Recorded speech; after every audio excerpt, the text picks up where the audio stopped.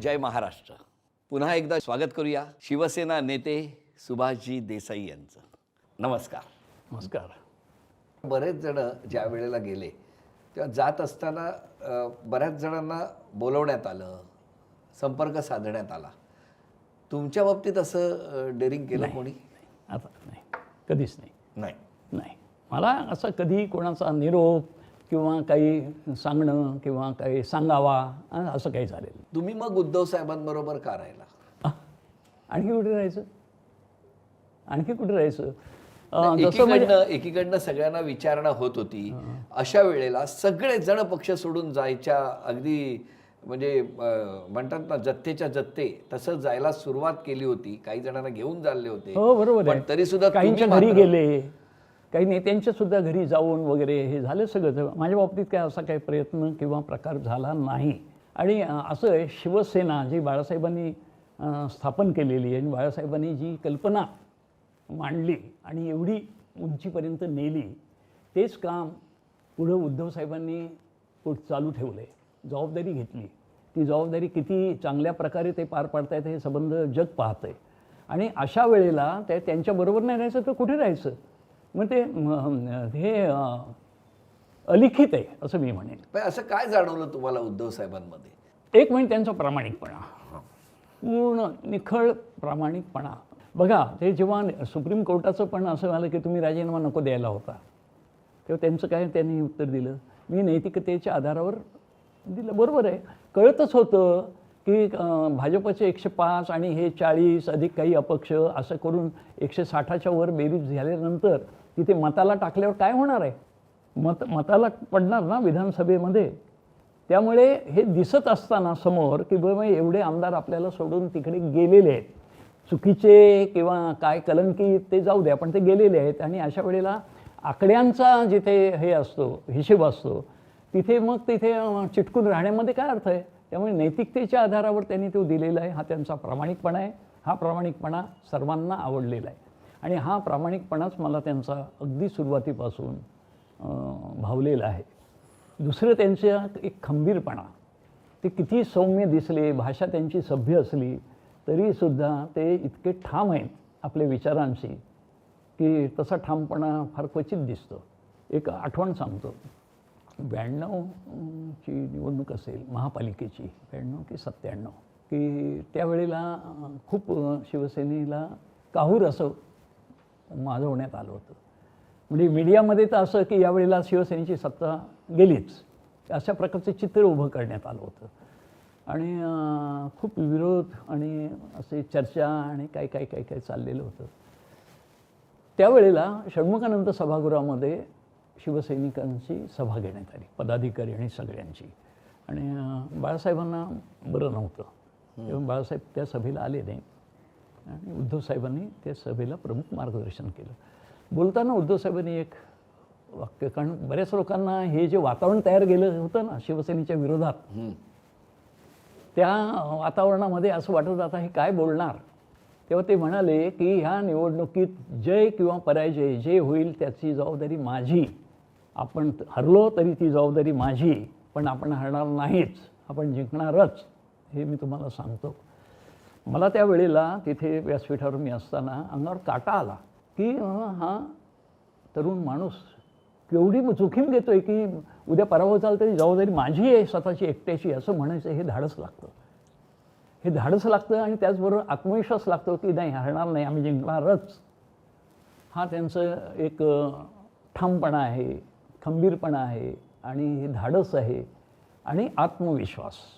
हे जे गुण आहेत ना ते वेगळे गुण आहेत. कारण आत्ता जर आपण अनुभवलं बघितलं तर फोडाफोडीच्या राजकारणामुळे घरावर वैयक्तिक आयुष्यात सुद्धा परिणाम होऊ लागलेले आहेत. तुमचा मुलगाही उद्धव बाळासाहेब ठाकरे यांची साथ सोडून पलीकडे जाऊन सामील झाला. कसं बघता याच्याकडे? खरं तर माझ्या दृष्टीने ती फार मोठी दुर्दैवाची घटना की इतकी वर्ष मी ह्या शिवसेनेमध्ये काम करतो आहे. अगदी लहानासा क्षुल्लक व्यक्ती, सामान्य माणूस असल्यापासून ते शिवसेना नेता, शिवसेनेचा एक मंत्री, इतके सगळे हे वाटचाल आहे. आणि अशा वेळेला ही अशी घटना माझ्या कुटुंबात व्हावी याच्यासारखं दुसरं दुर्दैव कोणतं? मग मी खूप प्रयत्न केला की समजून घ्यायला किंवा कारण तरी काय, तर कारण असेल आणि काही मदत होत असेल तर नक्की आपण मदत करू. आणि मग तू एकटा नाही, जर पक्ष म्हणून तुझ्यावर कारवाई होणार असेल, मग पक्षाचा माणूस म्हणून किंवा नेत्या शिवसेना नेत्याचा माणूस म्हणून, तर माझी पण जबाबदारी आहे तुझ्या बचावासाठी उभं राहणं. परंतु मला शेवटपर्यंत काहीच कारण कळलं नाही कशासाठी.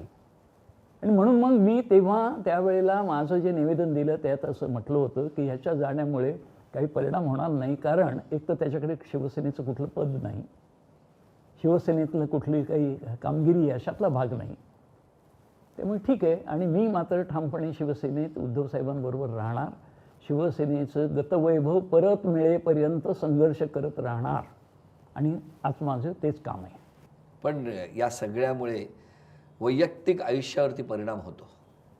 नक्कीच होते ना. आपली एक ओढाताण होते, मानसिक ओढाताण होते, खूप त्रास होतो. परंतु त्यावेळेला मला खरा धीर दिला असेल तर परत उद्धवसाहेबांनीच.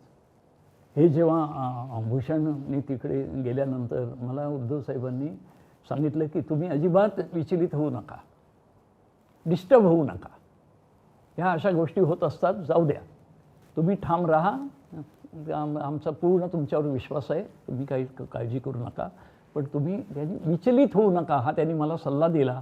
मला त्या क्षणाला तो फार मोलाचा वाटला. ठाकरे कुटुंबातल्या 4 पिढ्या तुम्ही बघितलेल्या आहेत. ठाकरे कुटुंबात काय विशेष आहे? 4 पिढ्या म्हणजे पहिली जी पिढी प्रबोधनकारांची ती नुसती पाहिली. एक शिवतीर्थावरचं भाषण असेल किंवा नंतर पुस्तक प्रकाशनाचा सोहळा. आणि मातोश्रीवर त्या काळामध्ये अगदी सुरुवातीच्या काळात म्हणजे प्रबोधनकारांचं निधन होण्यापूर्वी ते बसलेले असायचे त्या ठिकाणी. ते पाहिलेलं आहे. एक दोनदा माझ्याबरोबरचे एक ज्येष्ठ शिवसैनिक होते वसंत तावडे, त्यांचा परिचय होता का माहिती नाही, परंतु ते जाऊन त्यांना भेटायचे. वसंत तावडे, आमची तेवढी तयारी व्हायची नाही जाऊन भेटायची, परंतु ते जाऊन भेटायचे. तेव्हा मी बरोबर असायचो त्या तावडेंच्या. आणि त्यावेळी ते थोडं बोलायचे. ते काही त्यांना पुस्तकांच्या बाबतीत वगैरे काहीतरी सल्ला विचारायचे, असं मी पाहिलेलं आहे. तसं बाळासाहेबांचं तर अगदी पूर्ण स्थापनेपासून ते आतापर्यंत ते सगळं आहेच वाटचाल. त्यांच्यामुळेच तर एवढे वेगवेगळे काम करण्याची संधी मिळाली, पदं मिळाली, नावलौकिक झाला. जो कुठे एका कोपऱ्यात कुठेतरी पडून कसं तरी आयुष्य झालंच असतं, परंतु एक वेगळं नाव आणि ओळख मिळाली बाळासाहेबांमुळे. पण मग मला सांगा, बाळासाहेब, उद्धवसाहेब आणि आता आदित्यजी, हां, यांच्यात काय समानता वाटते? समानता म्हणजे ठाकरे. हे ठाकरे रक्त आहे ना, हे वेगळंच आहे. हां, हे ठाकरे कुटुंबांचा तो वारसा म्हणा. कारण खरं तर तुम्ही 4 पिढ्यांचा उल्लेख केला, पण हे 7 पिढ्यांचं हे योगदान आहे महाराष्ट्रासाठी. त्याच्या आधीपासून यांनी महाराष्ट्राची सेवाच केलेली आहे.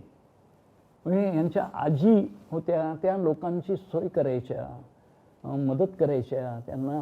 म्हणजे पूर्वीच्या काळामध्ये जेव्हा अशी मॅटर्निटी होम्स वगैरे नसायची, तेव्हा बाळंतपणामध्ये महिलांना मदत करणं ही फार मोठी गोष्ट असायची.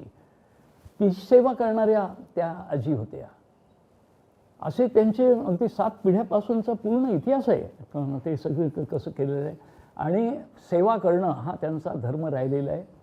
आणि सार्वजनिक ह्याच्यामध्ये जीवनामध्ये ते नेहमीच पुढे राहिलेले आहेत. त्यानंतर बाळासाहेबांनी ते प्रबोधनकारांनी तो ठळकपणानं वारसा दिला, पुढे बाळासाहेबांनी केला.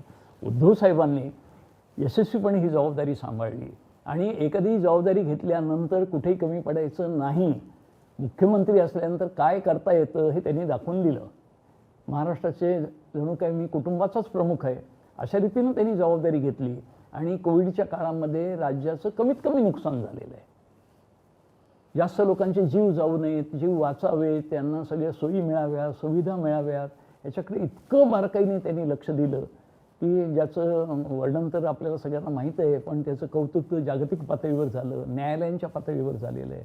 इतर राज्यांना उदाहरणं करून दिली किंवा आपल्या राज्यातले कोविडचा बंदोबस्त कसा करायचा हे महाराष्ट्राकडून शिका. धारावीसारखं एक मॉडेल तयार झालं. मुंबईमध्ये हाहाकार झाला असता.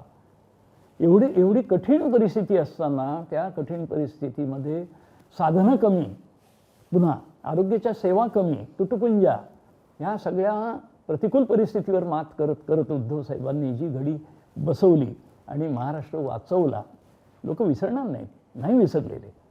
आणि आता हा सगळा वारसा आदित्यपर्यंत आलेला आहे. आणि आता एक नवीन नवीन दमाची तरुण पिढी उभी राहते आदित्यच्या नेतृत्वाखाली. शिवसेनेसाठी ही केवढी मोठी ताकद आहे. आणि आदित्यचं मला तर कमालच वाटतं की त्यांनी ज्या पद्धतीने हे सगळं सांभाळलं आहे. आज कुठेही जातो, अगदी बेडरपणानं कुठल्याही प्रश्नाला तो सामोरं जातो. आणि केवळ टीकेसाठी टीका नाही, त्याच्या संपूर्ण टीकेमध्ये एक अभ्यास आहे.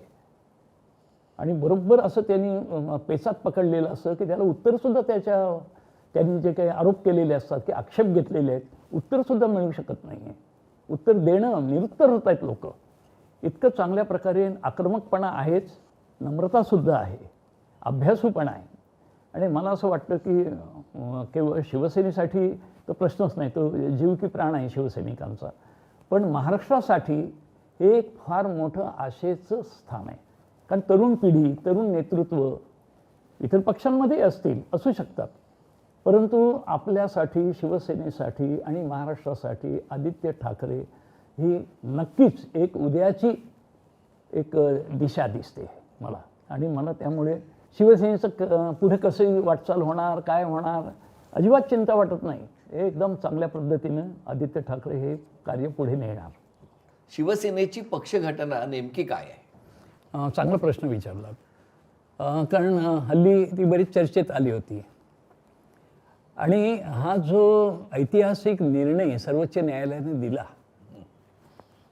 आणि त्याच्यामध्ये शिवसेनेचे प्रतोद, तो निर्णय योग्य आहे. प्रतोद सुनील प्रभूच आणि गटनेते हे अजय चौधरी, हे सगळं सुप्रीम कोर्टाने मान्य केलेलं आहे.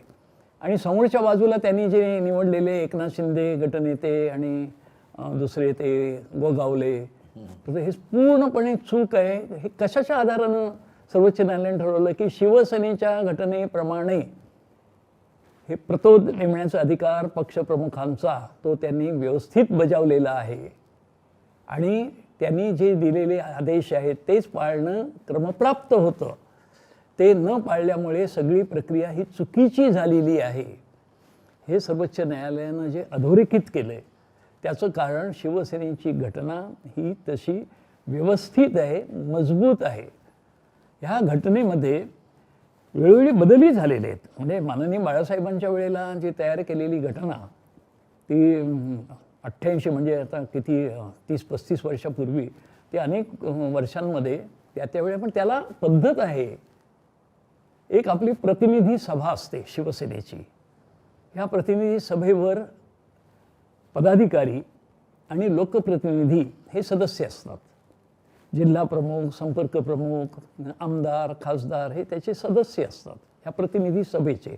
आणि ती सभेची बैठक घेऊन त्यामध्ये महत्त्वाचे निर्णय घेतले जातात. त्याचप्रमाणे जर पक्षाला आवश्यक वाटलं तर घटना दुरुस्ती त्या सभेमध्ये केली जाते. प्रतिनिधी सभेत ही वेळोवेळी केलेली आहे घटना दुरुस्ती ती जेव्हा आवश्यकता असेल. उदाहरणार्थ 2012मध्ये हिंदुहृदय सम्राट माननीय बाळासाहेबांचं निधन झालं. त्यानंतर पक्षाला अध्यक्ष पाहिजेत, प्रमुख पाहिजेत. ती उद्धव साहेबांची निवड ही प्रतिनिधी सभेत झालेली आहे. त्यावेळेला एक महत्त्वाची गोष्ट घडली, ती म्हणजे उद्धव साहेबांनी शिवसेना प्रमुख हे बिरुद घ्यायला नकार दिला. महाराष्ट्राच्या इतिहासात शिवसेना प्रमुख एकच झाले, पण ते म्हणजे माननीय बाळासाहेब. ही श्रद्धा असल्यामुळे त्यांनी सांगितलं की आता दुसरा शिवसेना प्रमुख होणार नाही, मी शिवसेना पक्षप्रमुख होणार. चालेल. मग तसा बदल करणं गरजेचं होतं. तो बदल कुठे होऊ शकतो? घटनेतच. मग त्या प्रतिनिधी सभेमध्ये प्रस्ताव मांडून इथून पुढे शिवसेनेचे मुख्य प्रमुख म्हणजे अध्यक्ष कोण, तर शिवसेना पक्षप्रमुख असतील. आणि शिवसेना प्रमुख हे मात्र हिंदुहृदय सम्राट बाळासाहेब ठाकरे एकमेव राहणार. पण मग मुख्य नेते निवडीबद्दल काय निकष आहे? काय मुख्य नेते? शिवसेनेच्या घटनेत अगदी तेव्हा सुरुवातीपासून जेव्हा अगदी बाळासाहेबांनी जेव्हा ही घटना मान्य केली आणि ते शिवसेना प्रमुख झाले, तेव्हा शिवसेना नेते एक सुमारे 12 शिवसेना नेते हे होते, तेच चालत आलेले आहे. आणि त्यानंतर उपनेते ही एक हा एक बदल झाला. काही उपनेते नेमले गेले. म्हणजे मुख्य नेते असं पदच नाही. मुख्य नेता हा कुठे उल्लेखच नाही आहे, हे पदच नाही आहे. हे कुठेतरी काल्पनिक आणि प्रासंगिक जो प्रसंग घडला त्यावेळेला काहीतरी बाकी म्हणजे नेते म्हणता येतं ना, नेता आज कोणी कोणालाही म्हणून विचारतं आम्ही सगळे नेते, मग आमचा जो लीडर आहे तो कोण, मग त्यांनी त्यांचं तो विरुद्ध ठरवलं. मुख्य नेते शिवसेनेच्या घटनेत मुख्य नेता ह्या पदाचा कुठेही उल्लेख नाही, तशी तरतूद नाही, तसा ठराव झालेला नाही, तसा बदल झालेला नाही. त्यामुळे हे एक काल्पनिक आणि प्रासंगिक असं काहीतरी घडलेलं आहे, त्याला कुठलाच आधार नाही. कोविडबद्दल आपण बोलत होता. कोविडमध्ये मुख्यमंत्री म्हणून उद्धव साहेबांनी केलेलं काम हे काही लपून राहिलेलं नाही. पण त्याच काळात अत्यंत महत्त्वाची अशी जबाबदारी आपल्याकडे होती, ती म्हणजे उद्योगमंत्री. एकीकडे कोविडचं संकट होतं, पण उद्योगाच्या माध्यमातून गुंतवणुकीचे करार मात्र तुम्ही करतच होता. हां, त्याबद्दल काय सांगा? बरोबर. अगदी सुरुवात झाली. उद्धव साहेब हे महाराष्ट्राच्या विकासाचा ध्यास घेतलेले एक नेते, की महाराष्ट्र सर्वतोपरी महाराष्ट्राचं हित, महाराष्ट्राला कसं पुढे न्यायचं, तर महाराष्ट्राची जी ओळख आहे त्याच्यामध्ये महाराष्ट्राचं औद्योगिकरण हे एक ठळक त्याचं वैशिष्ट्य आहे. आणि ते जपलं तर पाहिजे, उलट अधिक पुढे नेलं पाहिजे. हो. त्यामुळे उद्धव साहेबांनी काय केलं, मुख्यमंत्री झाल्यानंतर म्हणजे मुख्यमंत्री पदाची शपथ नोव्हेंबर 2019 अखेरीस घेतली. डिसेंबर महिन्यामध्ये त्यांनी सह्याद्री अतिथीगृहावर महाराष्ट्राच्या प्रमुख, महाराष्ट्र म्हणजे ते देशाचेच, ते सगळे मुंबईतच आहेत, देशाचेच हे सगळे जे प्रमुख उद्योगपती आहेत त्यांची बैठक घेतली. आणि काय अजेंडा होता, की महाराष्ट्राची प्रगती, पुढे महाराष्ट्रात औद्योगिकरण कसं वाढवायचं याच्यात तुम्ही बोला. त्याला रतन टाटा, मुकेश अंबानी, आनंद महिंद्र, निरंजन हिरानंदानी, तुम्ही कुणीही घ्या नाव, सगळे मोठे उद्योगपती होते. सगळ्यांची दिलखुलास चर्चा झाली.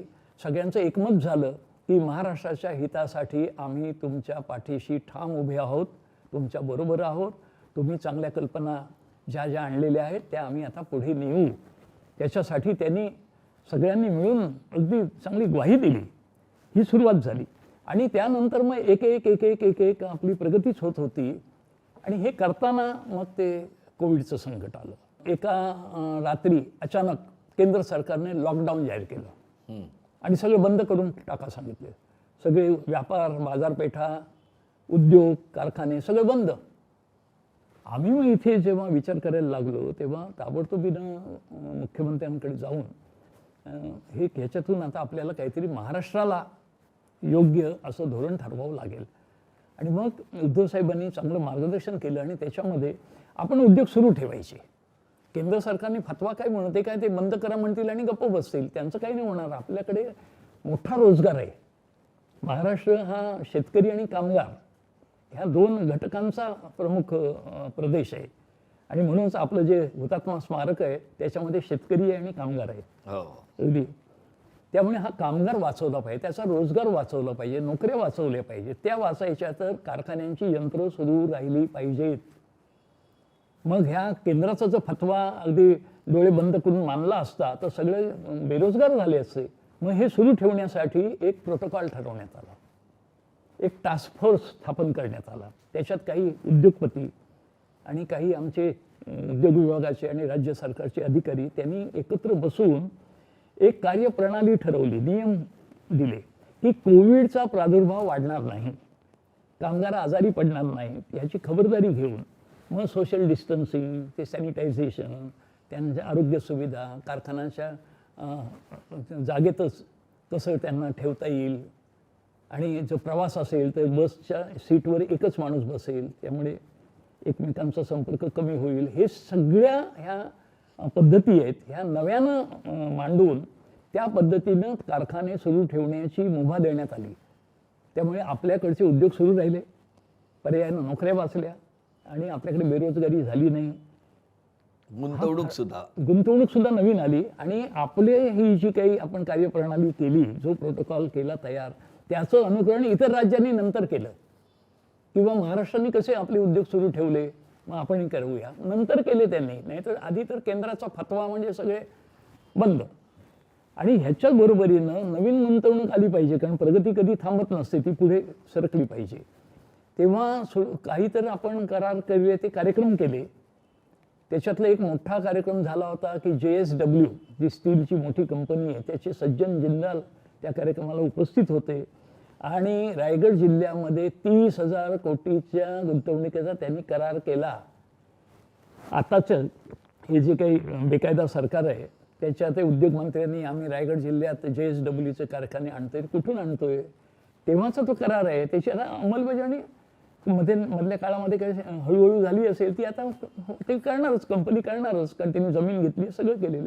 असे अनेक करार केले आणि संबंध ह्या 2.5 वर्षाच्या काळामध्ये 4 लाख कोटीची नवीन गुंतवणूक महाराष्ट्रात झाली. म्हणजे त्याच्यात ऊर्जा आहे, कापड उद्योग आहे, यंत्रसामुग्री आहे, मोटार उद्योग आहे, IT आहे. IT एक मोठं क्षेत्र आहे, इन्फॉर्मेशन टेक्नॉलॉजी, माहिती तंत्रज्ञान, याच्यात खूप मोठा रोजगार आहे. हे चांगली वाढ झाली आहे आणि आपण त्यासाठी पूरक ही चांगली धोरणं घेतली. त्यासाठी आम्ही इथे थांबलो नाही. आम्ही दावोसला गेलो, दुबईला गेलो, अन्य राज्यांमध्ये सुद्धा, दिल्लीला जायचं असेल, कुठे असेल तर जाऊन त्यांच्याशी संपर्क केलेले आहेत. आणि उद्योगांनी सुद्धा महाराष्ट्राला नेहमीच पसंती दिलेली आहे. दावोसमधलं जागतिक गुंतवणूक परिषद जी झाली, तो अनुभव कसा होता? अगदी छान. माननीय मुख्यमंत्र्यांचे प्रतिनिधी म्हणून आम्ही 3 मंत्री गेलो होतो. मी, ऊर्जा मंत्री नितीन राऊत आणि आमचे पर्यटन आणि पर्यावरण मंत्री आदित्य ठाकरे, असं आमचं 3घांचं हे मंडळ होतं आणि अधिकारी वर्ग. आम्ही दावोसला गेलो आणि त्या ठिकाणी महाराष्ट्राची चांगली छाप पडली आणि महाराष्ट्राला प्रतिसाद चांगला मिळाला. म्हणजे मी तर हे दाखवीन की बघा, हे इंडिया लाऊंज, हे म्हणजे भारत सरकारचं एक मुख्य तिथलं केंद्र होतं दावोसमधलं. त्या ठिकाणी आमचं पूर्ण शिष्टमंडळ तिथे होतं. अनेक उद्योगांशी तिथे आम्ही करार केले आणि त्या करारांमध्ये किती चांगल्या प्रकारे आम्हाला यश मिळालं, त्याचा आनंद, जय महाराष्ट्र ही अशी घोषणा देऊन आम्ही तिथे व्यक्त केला. हे सगळं झालं, करार झाले, अनेक करार झाले. मोठमोठे आंतरराष्ट्रीय जे समूह असतात उद्योगांचे, त्यांनी येऊन तिथे करार केले महाराष्ट्राबरोबर. आणि किती ब्रँड्स आले, एवढ्या नामांकित कंपन्यांनी, हे दावोसमधले एकट्या. आणि 30,379 कोटी रुपयांचे करार तिथे दावोसमध्ये झाले. तिथे पर्यावरणावरची एक परिषद होती आणि आदित्यना तिथे निमंत्रित करण्यात आलं. जगातून वेगवेगळ्या देशांचे मंत्री तिथे आले होते. त्या सगळ्यात तरुण मंत्री म्हणून आदित्य ठाकरे ना तिथे त्यांचं स्वागत झालं आणि त्यांनी जे काही पर्यावरणाबद्दल आपले विचार मांडले, खूप कौतुक झालं. म्हणजे आम्हाला आमची तर छाती अभिमानाने फुलून आली की आपल्या महाराष्ट्राचा एक प्रतिनिधी मंत्री तिथे जातो आणि ही जागतिक परिषद आहे तिच्यावर छाप पाडतो. फार चांगलं वातावरण होतं आणि आम्हाला ह्याच्यात उद्योगांना आकर्षित करण्यामध्ये सुद्धा आदित्यची खूप मदत झाली. इतकं सगळं करत होता, पण नंतरच्या टप्प्यात वेदांता, फॉक्सकॉन सारखे प्रकल्प महाराष्ट्राकडून गेले. काय खूप गोष्टी गेल्या महाराष्ट्राकडून. म्हणजे हे वेदांता, फॉक्सकॉन, ते जे वेदांताचे प्रमुख अनिल अग्रवाल हे दावोसमध्ये आम्हाला भेटलेले आहेत. त्यांच्यावर चर्चा झाली होती आणि त्यांनी पसंती दिली होती की महाराष्ट्रामध्ये मी यायला तयार आहे, आमच्या ज्या काही अपेक्षा आहेत त्या तुम्ही पूर्ण करता आहात, आम्ही येतोय. काय असं थोडंसं केंद्राचे हे लागते, संमती किंवा एक संकेत लागतात. कारण शेवटी ती जागतिक गुंतवणूक असते, परदेशातून आलेली गुंतवणूक असते. तिथे त्या केंद्रातल्या मंडळींनी तिथे काय जो गोळ घालायचा तो घालला आणि फॉक्सकॉन आणि वेदांता यांची जी भागीदारी झाली होती, तो उद्योग तळेगावला खरं तर यायचा होता. आपण तिथे जमीन तयार ठेवली, तिथलं सगळं वातावरण, खास म्हणून महाराष्ट्राचं वैशिष्ट्य का, उद्योगपतींना महाराष्ट्रात उद्योग टाकावे असं का वाटतं. राज्य तर अनेक आहेत देशामध्ये, महाराष्ट्रामध्ये कुशल मनुष्यबळ आहे. म्हणजे पाहिजे त्या पद्धतीचं कौशल्य असलेला तरुण कामगार वर्ग महाराष्ट्रात सुलभतेनं उपलब्ध आहे. असे सगळे जर तुम्ही बघितलं तर आवश्यक तंत्रज्ञान घेऊन किंवा शिक्षण घेऊन कौशल्यपूर्ण असे तयार झालेले तरुण दरवर्षी महाराष्ट्रामध्ये 10 लाखापेक्षा जास्त दरवर्षी तयार होत असतात. आणि एवढं कुशल मनुष्यबळ दुसऱ्या कुठल्याही राज्यात सहजासहजी मिळत नाही. आता ही नैसर्गिक ताकद आहे महाराष्ट्राची, ही डावलायची. आणि इथे आलेला उद्योग गुजरातमध्ये द्या, UPला द्या, कर्नाटकात द्या, हे असले उद्योग हल्ली झालेले आहेत. हे बघा, त्या 2.5 वर्षात उद्धव साहेब मुख्यमंत्री असताना असा एकही प्रकार झाला नाही. करायची हिंमत नव्हती. महाराष्ट्र पेटून उठेल आणि असं हे सरकार सहनच करणार नाही. परंतु आता जो आपण शब्द नेहमीच वापरतो, मिंधे सरकार, मिंधे झालेलं, ते खाली मान घालून बसले, मुख गिळून गप्प बसलेले आहेत. ते काय विरोधाचा अवाक्षर त्याचं काढणार नाहीत. आणि नको त्या भूलथापा देत गेले की नाही नाही, ते परत आमच्याकडे गुंतवणूक येणार आहे, आणखी महाराष्ट्राला खूप काही देणार आहेत. कुठे काय मिळाले? झालं ना, आता बघता बघता वर्ष गेलं. वर्षभरात कुठे काय महाराष्ट्राला मिळालेले? असलेल्या संधी मात्र हिरावून घेतल्या गेल्या. परंतु मी आपल्याला सांगतो, महाराष्ट्राची जी औद्योगिक ताकद आहे, जे औद्योगिकरण झालेलं आहे, हे आमचा असा दावा नाही की आमच्या 2.5 वर्षात झालं किंवा ह्या 1 वर्षात काही झालं नाही. ही गेल्या 60 वर्षाची परंपरा आहे आणि महाराष्ट्राने आपली ताकद दाखवून दिलेली आहे. ही ताकद कोणालाही दुर्लक्षित करता येणार नाही.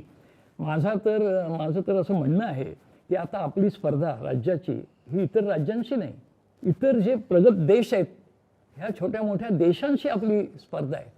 त्यांच्याकडे ज्या दर्जाच्या औद्योगिक सुविधा आहेत, ज्या प्रकारच्या हे जे इन्फ्रास्ट्रक्चर आहे आणि कुशल मनुष्यबळ आहे, तोडीस तोड हे मनुष्यबळ, ह्या सुविधा महाराष्ट्राने विकसित केलेल्या आहेत. त्यामुळे महाराष्ट्राला मागे टाकता येणार नाही. महाराष्ट्र स्वतःच्या ताकदीने पुढे जाईल. आणि लवकरच महाराष्ट्राच्या मनात आहे तसं अपेक्षित सरकार येईल. अरे वा. तेव्हा तर ते म्हणजे दुग्ध शर्करा योग होणारच आहे. नाही, पण उद्योगमंत्री म्हणून तुम्ही काही निर्णय घेतले की ज्याच्यामध्ये एखादा तरुण उद्योजक आहे, त्याला कर्ज पाहिजे. बरोबर. आणि कर्ज पाहिजे असताना आता बँका हे स्वाभाविक आहे की त्याच्यासाठी तारण मागतात. अशा वेळेला तुम्ही एक असा छान निर्णय घेतला, एक संकल्पना राबवली. त्याबद्दल आदेशजी, ही सगळी जी खटपट असते, धडपड असते, प्रयत्न असतात की परदेशी गुंतवणूक आकर्षित करायची, निम्या उद्योगांना राज्यात आणायचं, इथली उद्योग वाढ करायची. कशासाठी? ह्या सगळ्याचा हेतू एक की इथल्या हातांना काम मिळालं पाहिजे, इथल्या बेरोजगारांना कामं मिळाली पाहिजेत. इथे बेरोजगारी असूच नाही, बेरोजगारीचा कलंक महाराष्ट्राला लागता कामा नये, हा प्रमुख उद्देश, ते ध्येय आहे. त्यासाठी हे सगळे प्रयत्न करायचे आहेत. पण हे करताना जसे मोठे कारखाने किंवा कारखान्यात नोकरी मिळावी, चांगल्या कारखान्यात, नामांकित कंपनी, हे स्वप्न असतं तरुणाचं. पण ते सगळ्यांचं तसं साकार होऊ शकत नाही. मग त्याच्याबरोबरीने स्वयंरोजगार हा सुद्धा एक मार्ग आहे. स्वयंरोजगार, स्वतःचा उद्योग. म्हणजे माननीय बाळासाहेबांनी त्या काळामध्ये एक अशी कल्पना दिली होती सगळ्यांना.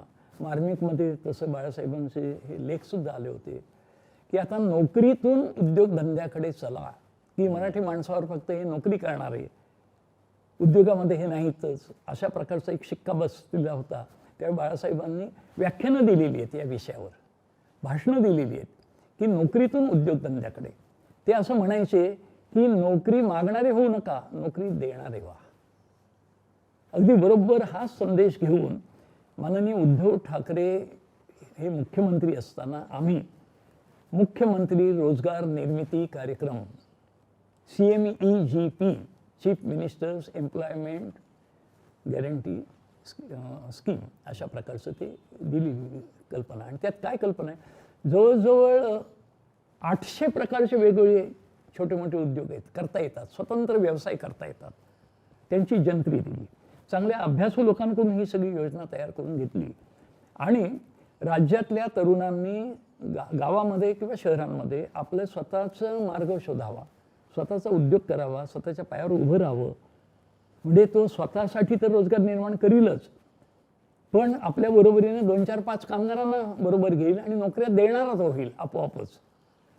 अशा प्रकारची योजना केली. आणि ह्या योजनेचं एक वैशिष्ट्य सांगतो की केंद्र सरकारची सुद्धा एक योजना आहे PMEGP, पंतप्रधान रोजगार कार्यक्रम, किंवा मुद्रा. परंतु ह्याच्यामध्ये काय मुद्रा ही तर अनेकांनी त्याचे वापर खिरापतीसाठी केला, त्याच्यात मी जात नाही. पण PMEGPचं वैशिष्ट्य असं की सरकारचे जे काही कॉन्ट्रीब्युशन असेल किंवा जे योगदान आहे ते थोडं, तो जो कोण उद्योजक आहे, अर्जदार, लाभार्थी, त्याचा थोडासा फायदा, आणि ते झाल्यानंतर उरलेलं कर्ज बँक देईल. म्हणजे तुम्ही तुझा प्रकल्प घेऊन बँकेत जा आणि बँकेत घ्या. बँक अशी दाद देत नाहीत. बँकांना पहिल्यांदा शंकाच येते की हा बुडवणारच, आणि बँकर त्या नजरेने बघतो आणि मग त्याला ते खेटे मारायचे, असं चाललेलं. आम्ही ही सगळी परिस्थिती बघून हा दोष या आपल्या मुख्यमंत्री रोजगार निर्मिती कार्यक्रम महाराष्ट्राचा, ह्याच्यातून हा दोष काढून टाकला. आणि आम्ही सांगितलं की ह्याच्या कर्ज जी बँकेकडून मिळायची ती जबाबदारीसुद्धा शासनाचीच. त्याला असं वाऱ्यावर नाही सोडलं. म्हणजे त्याच्यामध्ये 10% निधी शासनाचे वाटा, 10% निधी हा त्याचा, 80% कर्ज बँक देईल, आणि त्या बँकेच्या कर्जाला हमी राज्य सरकार असेल. त्यामुळे तारण नाही हे कारण देऊन अर्ज केल्याच्या टोपलीत टाकणं किंवा फायलीत बंदिस्त करून ठेवणं, हा मार्गच आम्ही त्याच्यातून बंद केला. म्हणजे मी तुम्हाला एक सांगतो की आम्ही खादी ग्रामोद्योग मंडळ माझ्या उद्योग विभागाकडे होतं, अजूनही. ह्या खादी मंडळामधून आम्ही मधाची क्रांती करायचं ठरवलं. मध गोळा करणं हा नैसर्गिकरित्या उपलब्ध होतो, परंतु तो चांगला शुद्ध मध गोळा करून तो विक्री केली तर जगाची बाजारपेठ उपलब्ध आहे, खूप मागणी आहे. आणि आपल्याकडे वन विभाग हा खूप मोठ्या प्रमाणात असल्यामुळे मधाचं उत्पन्न होतं. आम्ही एक कल्पना मांडली, मधाचं गाव. मांगर नावाचं महाबळेश्वरच्या जवळ एक गाव आहे, हे देशातलं पहिलं मधाचं गाव म्हणून घोषित झालं. त्या गावातले 90% लोकांचा रोजगार फक्त मध व्यवसाय आहे. तर अशा काही कल्पना घेऊन आणि त्यांना जर ह्या मुख्यमंत्री रोजगार निर्मिती कार्यक्रमाची जोड दिली तर मार्गसुद्धा आहे आणि मार्गावर चालणारे सुद्धा आहेत आणि त्यांना पाठिंबा देणारं शासन आहे. असं जे काही महाराष्ट्राचं एक चांगलं वैभवशाली चित्र निर्माण करण्याचं आपलं जे स्वप्न आहे, त्याच्यामध्ये जरी काही आता खंड पडला असला तरी मला खात्री आहे की ह्याच्यातून महाराष्ट्र मोठा होईल. 1966 पासून सुरू झालेला हा प्रवास, त्याविषयी आपण गप्पा मारत असताना आता अगदी शेवटच्या टप्प्याकडे आलेले आहोत. मला काही प्रश्न म्हणण्यापेक्षा काही जणांना आजच्या अवतीभोवतीच्या या वातावरणामध्ये तुम्ही काय सांगाल असं मला प्रश्न पडलेला आहे. म्हणजे अगदी आत्ताचे मुख्यमंत्री एकनाथ शिंदे यांना काही सांगायचं असेल तर तुम्ही काय सांगाल? त्यांना काय सांगायचं आहे, सांगण्याच्या पलीकडे सगळं गेलेलं आहे. पण जनता काय सांगते ते आधी ऐका म्हणावं. जनता काय म्हणते, जनतेच्या मनात काय आहे बघा. इथे ते आहे ना, शासन आपल्या दारी, हा जो एक काय त्यांनी खेळ सुरू केला आहे त्याला बघा. इथे आले होते नाशिकला, महाराष्ट्र शासन आपल्या दारी. काय वाटतं, काय झालं, काय फायदा आहे त्याच्यापासून? मला याच्यापासून काहीच फायदा वाटला नाही. हे फक्त प्रसिद्धी करण्यासाठी एकमेव ही व्यवस्था केली. हे जनतेचं मत आहे, हा अनुभव आहे, रोजचा अनुभव आहे. हे चटके फटके जनतेला मिळत आहेत, हे तुमच्या कुवतीच्या पलीकडचं आहे. जे काही त्यांनी हे घेतलेलं आहे ते ओढून अंगावर, भाजप त्यांची काय अवस्था करेल ह्याच्याकडे जरा लक्ष द्या आणि स्वतःला वाचवायचा प्रयत्न करा. उपमुख्यमंत्री देवेंद्रजी फडणवीस, मैत्रीचा त्यांनी आव तर खूप आणला. मध्यंतरी सभ्यतेचं पण एक आवाहन केलं की आता महाराष्ट्राची जी संस्कृती आहे ती सांभाळायची. ती संस्कृती आता तिचा विसर पडला का, ती आठवली पाहिजे. त्या संस्कृतीप्रमाणे चला. बघा मग खरे तुम्ही सुसंस्कृत आहात जनता म्हणायला लागेल. आज नाही म्हणत लोक. आत्ताचे उद्योगमंत्री उदय सामंत, मला वाटतं उद्योग हा विषय समजून घेण्याचा आहे, अभ्यास करण्याचा आहे. त्यासाठी लोकांमध्ये गेलं पाहिजे, जनतेमध्ये नव्हे तर उद्योगांच्या संघटना आहेत त्यांच्या सूचना काय आहेत. आज ह्या उद्योग संघटना नुसता आक्रोश करतायत. पण त्यांनी उद्योगाचा जो काही अर्थ आहे तो सगळा समजून घ्यावा आणि आपल्या पदाला न्याय द्यायचा प्रयत्न करावा. काहीच जमत नाही. उपमुख्यमंत्री अजितदादा पवार, किती दिवस असतील? तर त्यांचे जे काही निर्णय आहेत ते यापूर्वीसुद्धा आव आणि जाव, जाणं आणि येणं ह्या येरझारा आहेत, अजूनही ते सुरू आहेत. काकांकडे जाणं येणं ह्याचं शेवटी परतीचा प्रवास कधी होईल याचं उत्तर त्यांनी द्यावं. उद्धवसाहेब ठाकरे, उद्धव साहेबांनी जे काही या सगळ्या परिस्थितीमध्ये हे जे व्रत हातात घेतलेलं आहे आणि जे काही आव्हान दिलेलं आहे, आव्हानाला प्रति आव्हान, अगदी बरोबर आहे. जनता पूर्णपणे त्यांच्या मागे, त्यांच्यासोबत आहे आणि महाराष्ट्राची ही एकमेव आशा आजच्या परिस्थितीमध्ये उद्धव बाळासाहेब ठाकरे. त्यामुळे त्यांना केवळ शुभेच्छा नाहीत तर माझ्यासारखे असंख्य शिवसैनिक हे पुन्हा त्यांचे जे काही स्थान आहे, जे महाराष्ट्राच्या अपेक्षेप्रमाणे ते मिळाल्याशिवाय गप्प बसणार नाहीत. आम्हाला तुम्ही आणि फक्त तुम्हीच हवे आहात. आदित्यजी ठाकरे, आदित्य ठाकरे हे उद्याचे नाही तर आजचेच तरुणांचे गळ्यातले ताईत आणि शिवसेनेसाठी एक फार मोठी ताकद आणि अपेक्षेपेक्षा फार लवकर त्यांनी एक विषय सगळे समजून घेऊन जो आक्रमकपणा दाखवलेला आहे आणि त्याच्यामध्ये जे अचूक तिरंदाजी त्यांनी चालवलेली आहे, खरं धनुष्यबाण आदित्य ठाकरेच्या हातातच शोभतो. वंदनीय हिंदू हृदय सम्राट शिवसेना प्रमुख बाळासाहेब ठाकरे यांना जर काही सांगण्याची संधी मिळाली तर काय सांगणार? काय सांगायचं, मागणंच मागीन. परंतु ही अशा प्रकारच्या लांड्या लबाड्या आणि हे अशी दगेबाजी जर बाळासाहेबांच्या काळामध्ये झाली असती तर बाळासाहेबांनी शिवसेनेला आदेशच दिला असता शिवसैनिकांना की बस झालं, हे असलं राजकारण करण्यापेक्षा आपण एक मराठी माणसाच्या, महाराष्ट्राच्या हिताचं समाजकारण करूया. बाळासाहेबांकडे एकच मागणं आहे की महाराष्ट्राला पुन्हा अभिमान वाटेल असं शासन या राज्यात यावं, असा आम्हाला आशीर्वाद द्या.